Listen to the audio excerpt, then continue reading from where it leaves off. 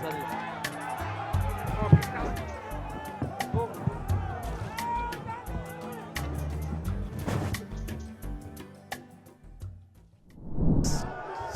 पे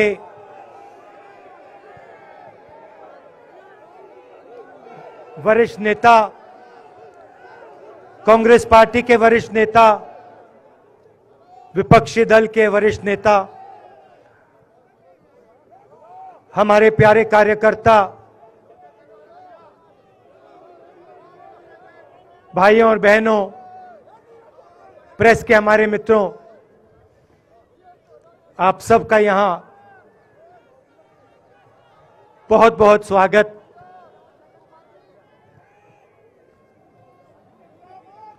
आप आज यहां बर्फ में खड़े हैं, मगर आप में से किसी को सर्दी नहीं लग रही है। आप बारिश में खड़े हुए, कोई भीगा नहीं। गर्मी में आपको गर्मी नहीं लगी, सर्दी में आपको सर्दी नहीं लग रही है, क्योंकि देश की शक्ति आपके साथ है।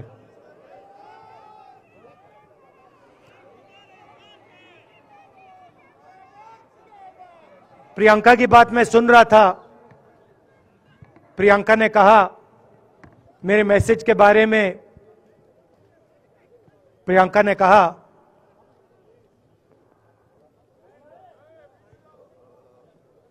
नॉर्मली होता नहीं है, मगर मेरे आंख में आंसू आए।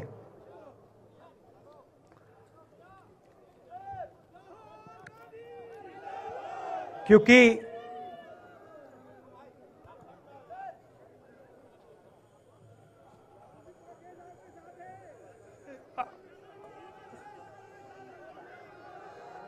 मैं कन्याकुमारी से चला, शुरुआत की और पूरे देश में हम पैदल चले। मैं सच बताऊं, आपको अजीब लगेगा, मगर मैं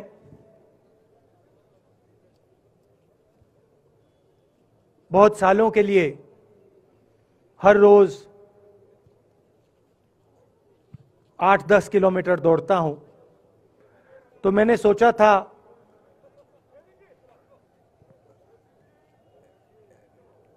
देश कन्याकुमारी से कश्मीर चलने में इतनी मुश्किल नहीं होगी।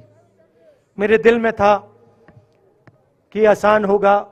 फिजिकली मेरे लिए ये मुश्किल काम, मैंने सोचा था मुश्किल काम नहीं होगा। शायद मैं काफी वर्जिश करता हूं, थोड़ा सा अहंकार आ गया, जैसे आ जाता है।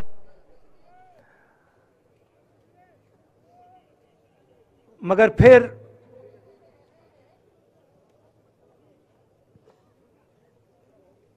बात बदल गई। जब मैं छोटा था,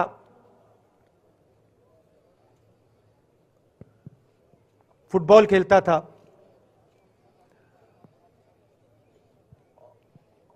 और कॉलेज में जब मैं फुटबॉल खेल रहा था, एक बार मुझे बहुत जोरों से घुटने में इंजरी हुई थी।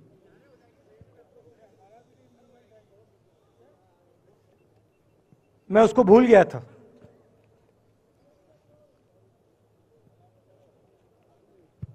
घुटने में दर्द नहीं होता था, भूल गया था उसको।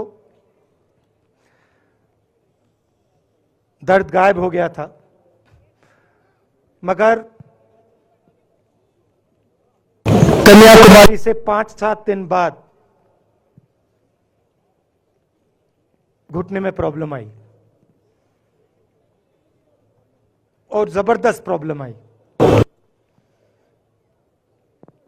पूरा अहंकार उतर गया और मैं सोचने लगा, क्या मैं ये जो 3500 किलोमीटर हैं क्या मैं इनको चल पाऊंगा या नहीं। तो जो मैंने सोचा था आसान काम होगा वो काफी मुश्किल हो गया। मगर फिर मैंने किसी ना किसी तरीके से ये काम पूरा कर दिया। बहुत कुछ सीखने को मिला, बहुत कुछ सीखने को मिला। मैं आपको बोलूं तो दर्द सहना पड़ा काफी, मगर सह लिया। और रास्ते में एक दिन मुझे दर्द हो रहा था, काफी दर्द हो रहा था, और मैं सोच रहा था अब 6-7 घंटे और चलने हैं। और उस दिन मुझे लग रहा था कि आज मुश्किल है। और एक छोटी सी बच्ची आई, दौड़ती हुई आई मेरे पास, और मुझे कहती है कि मैंने तुम्हारे लिए कुछ लिखा है, मगर तुम अभी मत पढ़ो, इसको बाद में पढ़ना।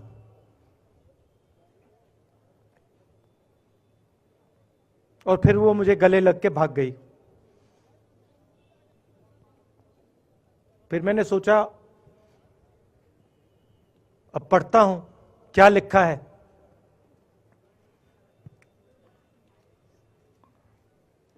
तो उसने लिखा था कि मुझे दिख रहा है कि आपके घुटने में दर्द है, क्योंकि आप जब उस पैर पे वजन डालते हो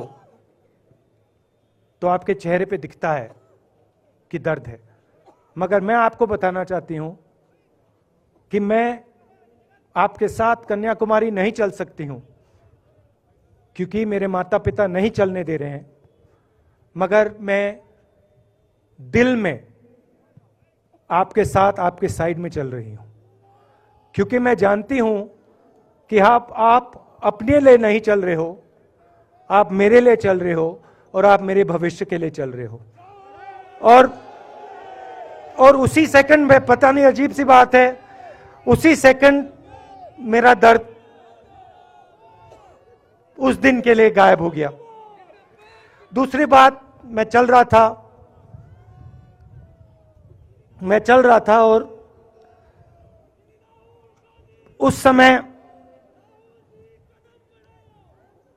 उसी समय वहां पे थोड़ी सर्दी बढ़ रही थी। सुबह का समय था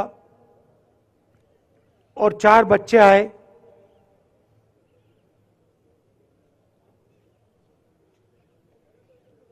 पता नहीं कहना चाहिए या नहीं।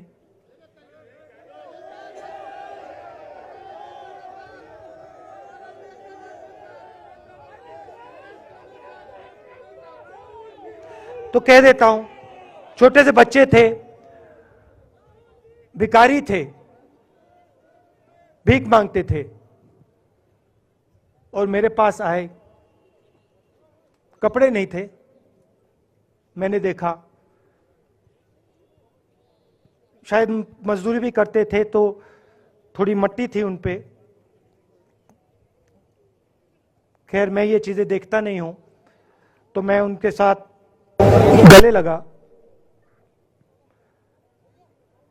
घुटनों पे गया, ऐसे उनको पकड़ा मैंने, क्योंकि मैं उनकी लेवल पे रहना चाहता था। और फिर, नहीं सुनिए, मैं ये बात कहना नहीं चाह रहा था मगर कह दूंगा। तो उनको ठंड लग रही थी, वो कांप रहे थे, शायद उनको खाना नहीं मिला था,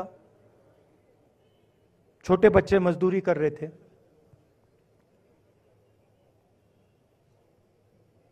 तो मैंने सोचा कि अब अगर ये स्वेटर नहीं पहनते हैं, अगर ये जैकेट नहीं पहन रहे हैं, तो मुझे भी नहीं पहनना चाहिए। मगर मैं झिझका क्यों आपको बताना चाहता हूं, मैं झिझका क्यों आपको बताना चाहता हूं, जब मैंने ये खत्म किया, मैं चल रहा था, तो हमारे साथ एक व्यक्ति थे, उन्होंने मुझे मेरे कान में बोला, राहुल जी, ये बच्चे गंदे हैं, इनके पास आपको ऐसे जाना नहीं चाहिए। तो मैंने उनसे कहा, वो आपसे और मुझसे दोनों से साफ हैं।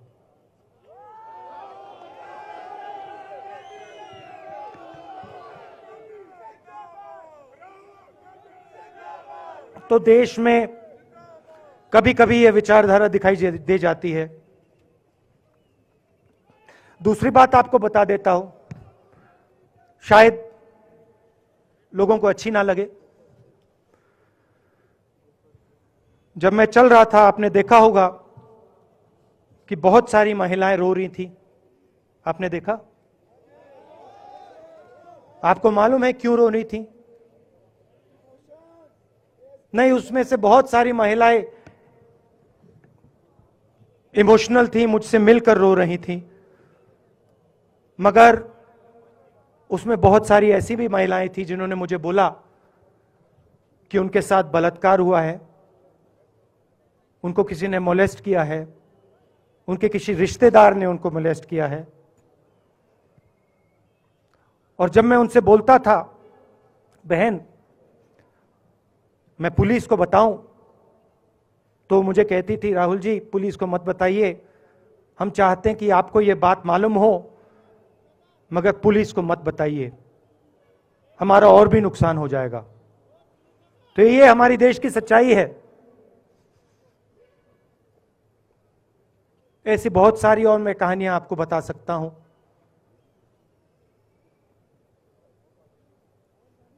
तो फिर मैं कश्मीर की ओर आ रहा था और मैं सोच रहा था कि इसी रास्ते पे मैं नीचे से ऊपर जा रहा हूं। मैं सोच रहा था कि इसी रास्ते से सालों पहले मेरे रिश्तेदार नीचे से ऊपर आए, सॉरी ऊपर से नीचे आए, कश्मीर से इलाहाबाद गंगा की ओर गए। और मुझे ऐसा लग रहा था कि मैं वापस अपने घर जा रहा हूं।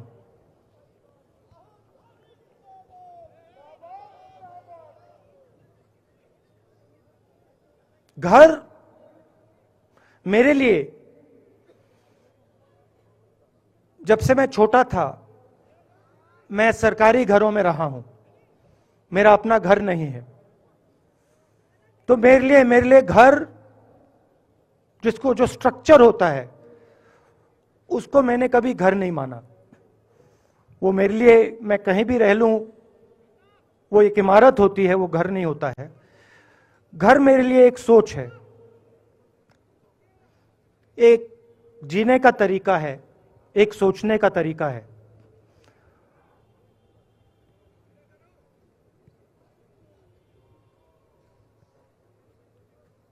और यहां पे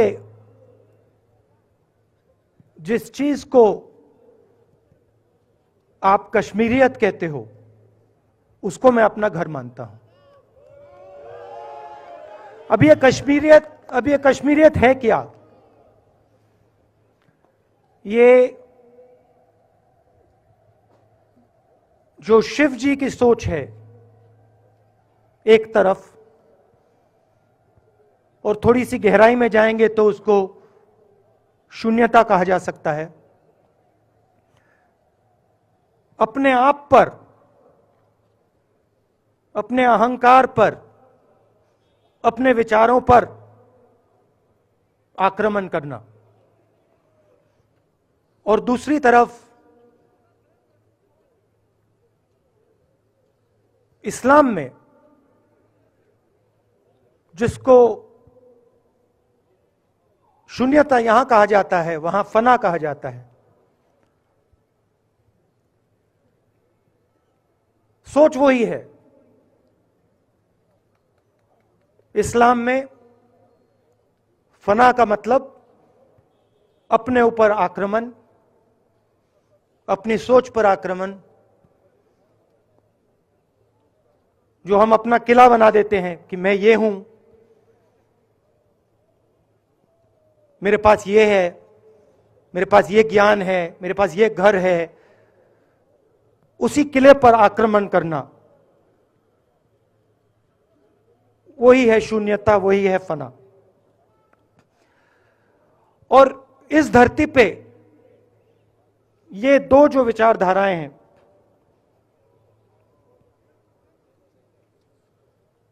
इनका एक बहुत गहरा रिश्ता है और ये सालों से रिश्ता है, जिसको हम कश्मीरियत कहते हैं।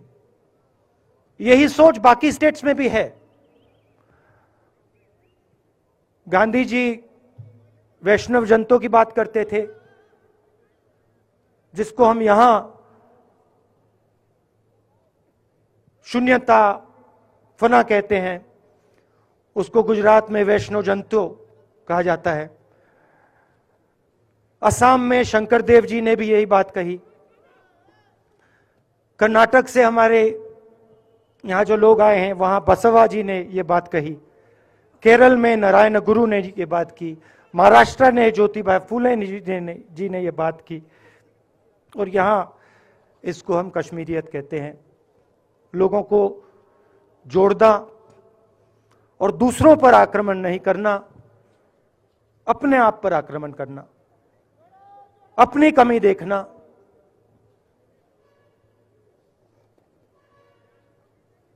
मैंने आपको कहा कि मेरा परिवार कश्मीर से गंगा की ओर गया था। इलाहाबाद संगम के बिल्कुल किनारे वहां पास में हमारा घर है।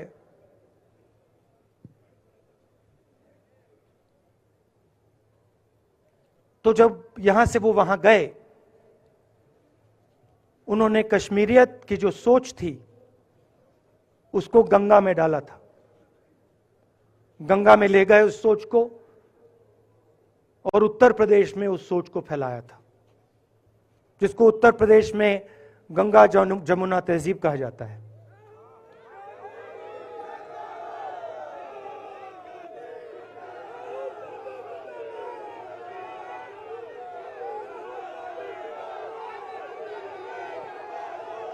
तो उन्होंने, मेरे परिवार ने छोटा सा काम, कोई बड़ा काम नहीं किया। जो आपने उनको सिखाया, जो जम्मू कश्मीर के लोगों ने उनको सिखाया, लद्दाख के लोगों ने सिखाया, क्योंकि उसमें बौद्ध धर्म भी है, उनके पास भी वही सोच, शून्यता की सोच उधर भी है। वो उसको ले गए और उस विचारधारा को, सोच को गंगा में उन्होंने रखा। तो मैं ये सोच रहा था, जब यहां आ रहा था, पैदल चल रहा था, और मुझे सिक्योरिटी वालों ने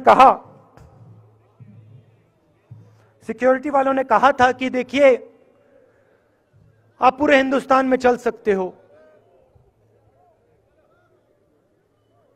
जम्मू में भी चल सकते हो, मगर आखिरी जो 4 दिन हैं कश्मीर में, आपको गाड़ी से जाना चाहिए।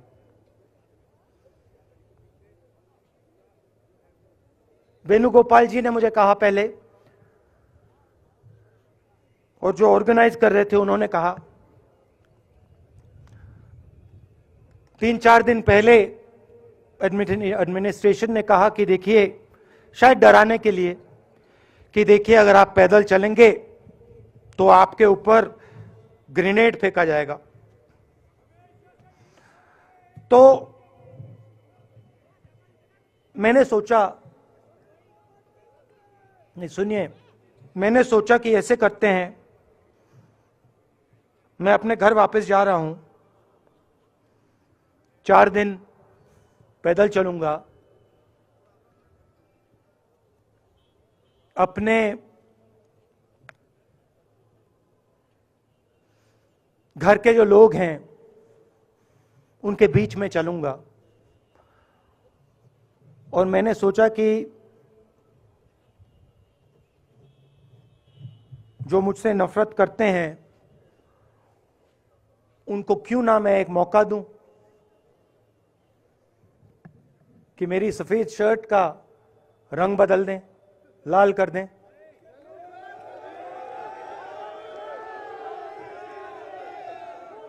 क्योंकि मेरे परिवार ने मुझे सिखाया है, गांधी जी ने मुझे सिखाया है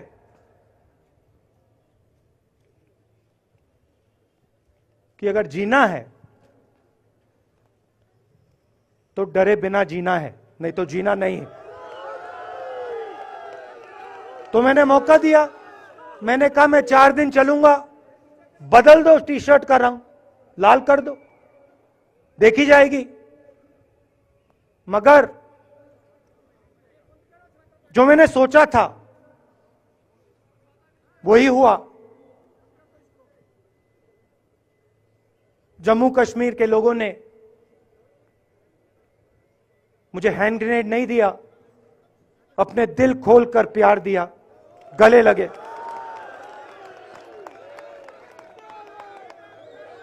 और मुझे बहुत खुशी हुई कि उन सब ने मुझे अपना माना और प्यार से, बच्चों ने, बुजुर्गों ने आंसुओं से मेरा यहां स्वागत किया। मैं अब जम्मू कश्मीर के लोगों से और जो यहां हमारे सेना के लोग काम करते हैं, सीआरपीएफ के लोग काम करते हैं, उनको मैं कुछ कहना चाहता हूं। सबको, जम्मू कश्मीर के युवाओं को, बच्चों को, माताओं को, सबको, सीआरपीएफ के, बीएसएफ के, आर्मी के जवानों को, उनके परिवारों को, उनके बच्चों को मैं कहना चाहता हूं, देखिए, मैं हिंसा को समझता हूं, मैंने हिंसा सही है, देखी है। जो हिंसा नहीं सहता है, जिसने हिंसा नहीं देखी है, उसे यह बात समझ नहीं आएगी।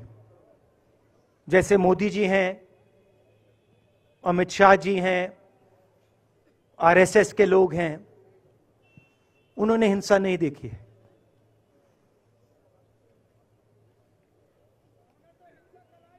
डरते हैं, नहीं डरते हैं, देखिए डरते हैं। यहां पे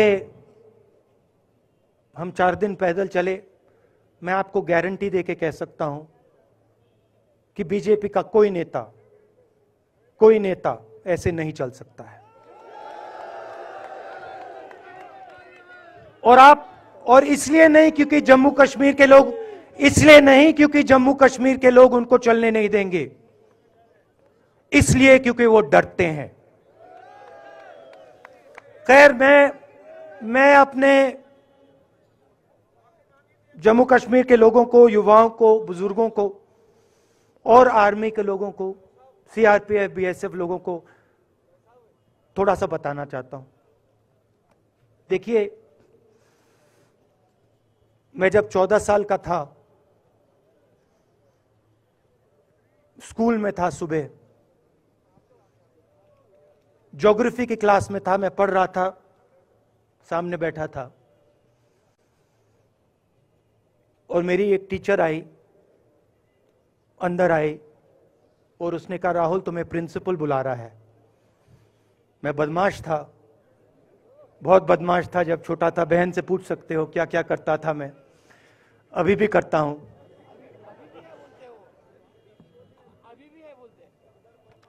मैंने सोचा प्रिंसिपल बुला रहा है, मैंने कुछ गलती की होगी, अब मार पिटेगी। वहां पे केनिंग होती थी, मैंने सोचा था अब केनिंग होगी मेरी। मगर जब मैं चल रहा था, जिस टीचर ने मुझे बुलाया उसको देखकर मुझे कुछ अजीब सा लगा। और जब मैं प्रिंसिपल के ऑफिस पहुंचा तो प्रिंसिपल ने कहा, राहुल तुम्हारे घर से फोन कॉल है।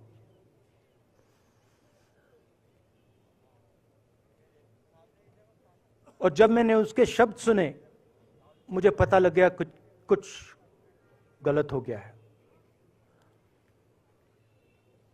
मेरे पैर कांपे और मैंने जैसे फोन अपने कान पे लगाया तो मेरे मां के साथ एक औरत काम करती है, वो चिल्ला रही थी, राहुल दादी को गोली मार दी, दादी को गोली मार दी, दादी को गोली मार दी। 14 साल का था।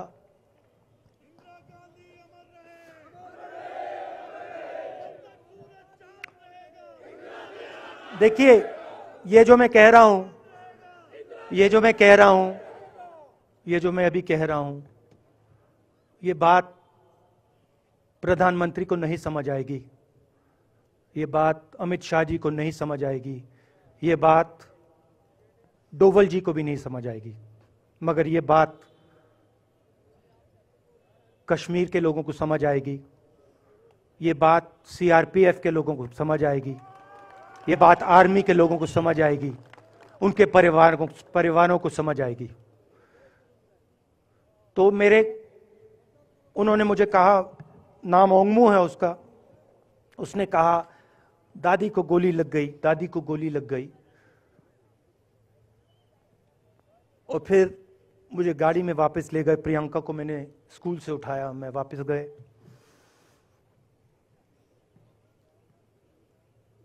और फिर मैंने वो जगह देखी जहां मेरी दादी का खून था।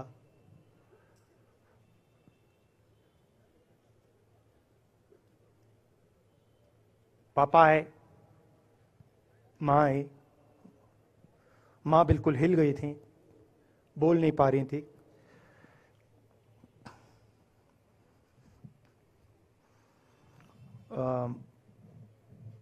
हाँ,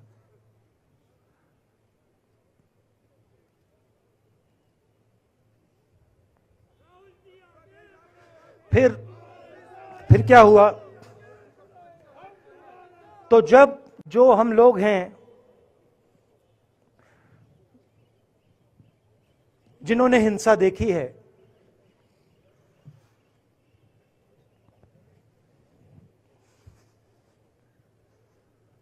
ये जो है ना, इसको हम बिल्कुल दूसरी तरीके से देखते हैं।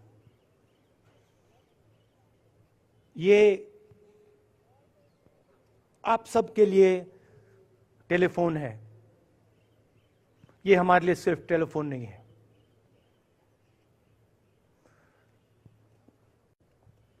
उसके बाद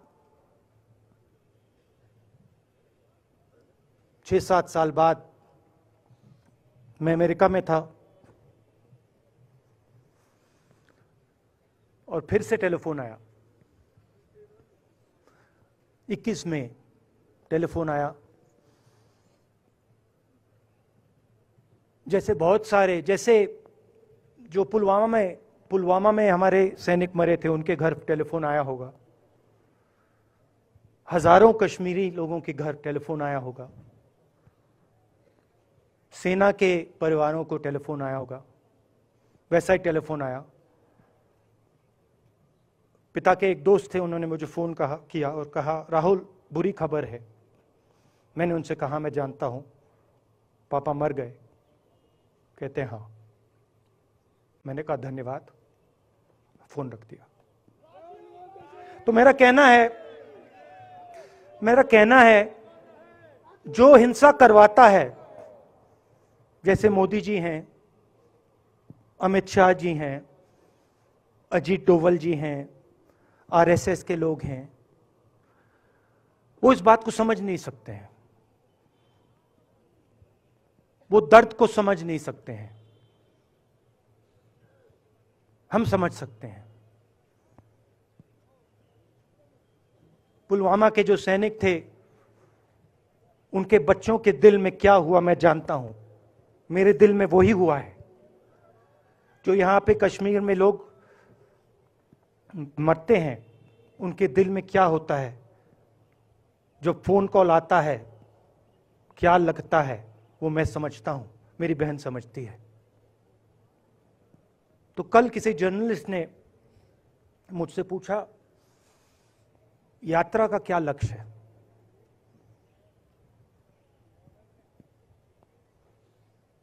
कहा कि यात्रा क्या अचीव करना चाहती है, जम्मू कश्मीर में क्या अचीव करना चाहती है। मेरे उस समय दिमाग में आया, मगर मैंने कहा नहीं बोलता हूं, कल भाषण में बोलूंगा। यात्रा का लक्ष्य है कि ये जो फोन कॉल हैं, चाहे ये आर्मी के हों, चाहे सीआरपीएफ के हों, चाहे ये कश्मीर के लोगों के हो, ये फोन कॉल बंद हो जाए।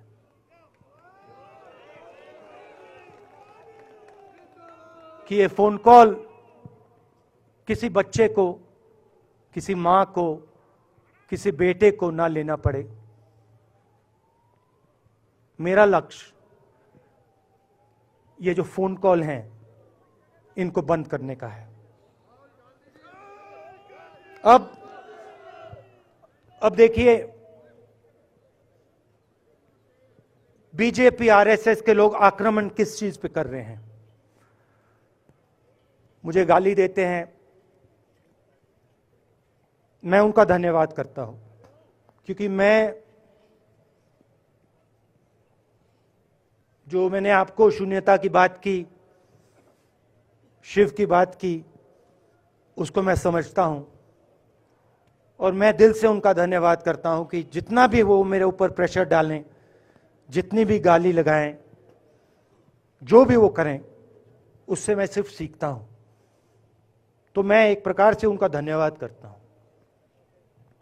मगर जो मैंने आपको बात बोली पहले, चाहे वो कश्मीरियत है, चाहे वो वैष्णव जंतो है, चाहे वो शंकर देव जी हैं, बसवा हैं, नारायण गुरु हैं, तिरुवल्लुवर हैं जो तमिलनाडु के बड़े पोएट हैं, फूले जी हैं, और जो कश्मीरियत हैं, ये इस विचारधारा पे आक्रमण कर रहे हैं।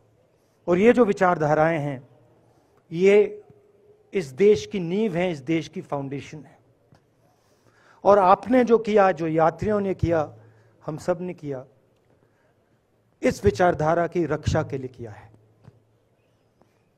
मैंने ये काम अपने लिए नहीं किया, मैं ऐसा काम अपने लिए कभी कर ही नहीं सकता हूं। मैंने ये काम हमारे कांग्रेसी मित्रों को ये अच्छा ना लगे, मगर मैंने ये काम कांग्रेस पार्टी के लिए भी नहीं किया है। मैंने ये काम, और हम सब ने ये काम हिंदुस्तान की जनता के लिए किया है। और हमारी कोशिश है कि जो विचारधारा इस देश की नींव को तोड़ने की कोशिश कर रही है, जो विचारधारा इस देश की नींव को तोड़ने की कोशिश कर रही है, उसके खिलाफ हम खड़े हों, मिलकर खड़े हों, नफरत से नहीं, क्योंकि वो हमारा तरीका नहीं है, मोहब्बत से खड़े हों। मैं जानता हूं कि अगर हम मोहब्बत से खड़े होंगे, प्यार से बात रखेंगे, तो हमें सफलता मिलेगी। और उनकी जो विचारधारा है, उसको हम सिर्फ हराएंगे नहीं, मगर उस विचारधारा को हम उनके दिलों से निकाल देंगे। तो आपने, देश की जनता ने हमारा समर्थन किया। हमारी कोशिश है कि हमें, बीजेपी ने एक जीने का तरीका राजनीतिक तरीका दिखाया है। हमारी कोशिश है कि हम एक और तरीका, जो हिंदुस्तान का तरीका है, मोहब्बत का तरीका है, वो हम देश को दिखाएं, हम देश को याद दिलाएं कि हिंदुस्तान मोहब्बत का देश है, इज्जत का देश है, भाईचारे का देश। तो हमने जो कहा था, छोटा सा कदम लिया है, बड़ा कदम नहीं है। नफरत के बाजार में मोहब्बत की दुकान खोलने की कोशिश की। धन्यवाद। जय हिंद।